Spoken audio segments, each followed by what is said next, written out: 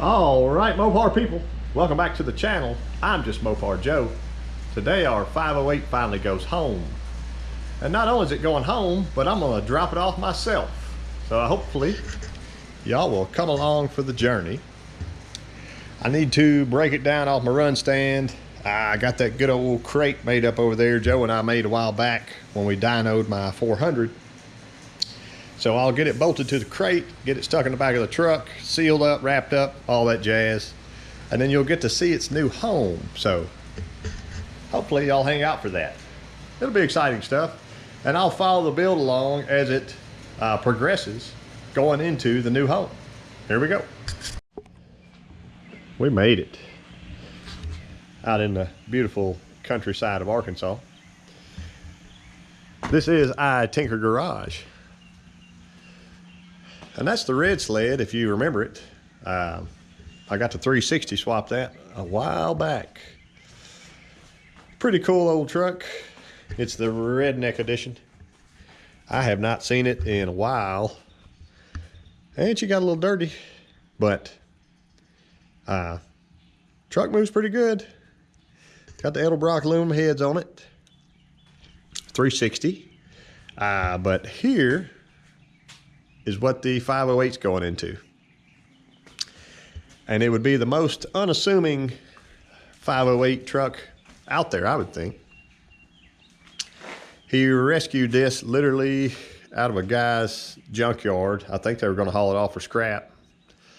Done a little sanding and stuff to it, knock off some of the ugly, but I think he kind of wants it to be rough around the cob.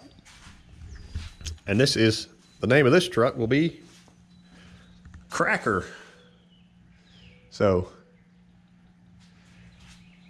maybe it'll be like a firecracker, something like that. But I know he's been doing a lot of work to it. Got the bed done with some like rust encapsulator. Looks a lot better.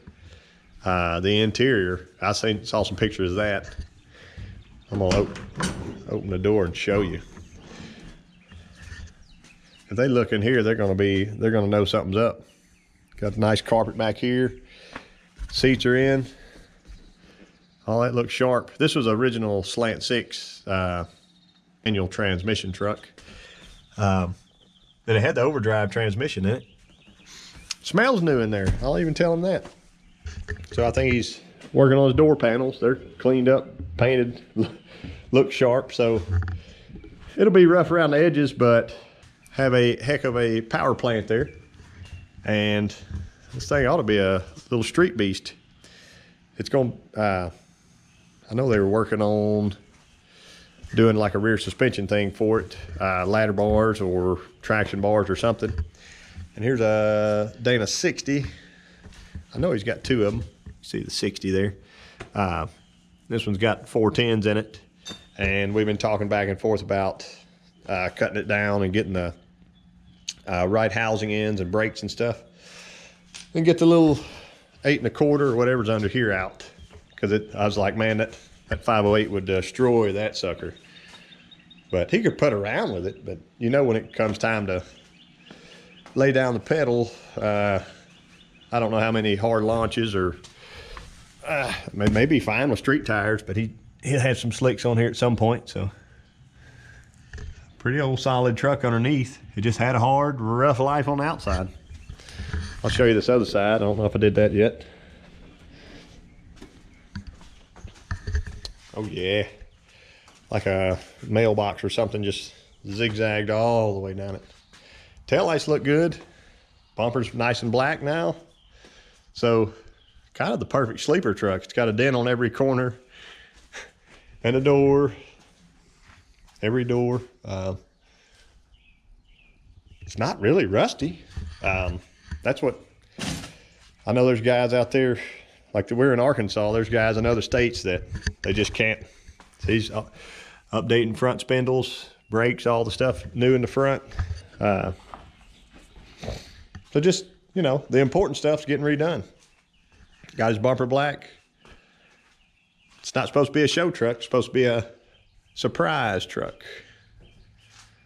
But yeah, guys in other states have issues with rotted out, rusted out stuff, and we're still doing good. Look, check out his, I always show y'all that. The gearbox, that frame looks really nice and intact.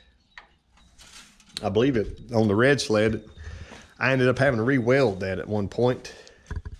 We won't be able to see it now, but that is the cracker. And I'm gonna get the 508 unloaded and stuck in here. I got it sealed up nice. This is actually a really nice shop. He said it was messy. You saw the inside of mine, but he's got his AC units in the back, a car show trophy plaque here, and you can insulate it inside. So it's hot right now, but I bet you'd be a lot cooler with AC cranked on. Let me get that sucker unloaded. We'd talked about it. I may can stick it, just put it in the back of the red sled here, and it'll be out of the way and give him plenty of shop space. I got it sealed up with some mastic tape, so it'll peel. It might leave a little goo, but you can clean that off with some solvent. But that's better than any bugs or anything like that getting in there. And I didn't want my ratchet strap catching that. I left these old wires on. Said you could have them, burn them, whatever you need to do with them. And I got a big box in the back full of carburetor and all kinds of other stuff. So she'll be in the truck and moving before you know it. And I'll try to track the progress of this. I know he's going to take it to a racetrack at some point, but probably be engage in some exhibitionist activity on the paved country roads of Arkansas here. So I appreciate y'all watching, and I'll catch you next time.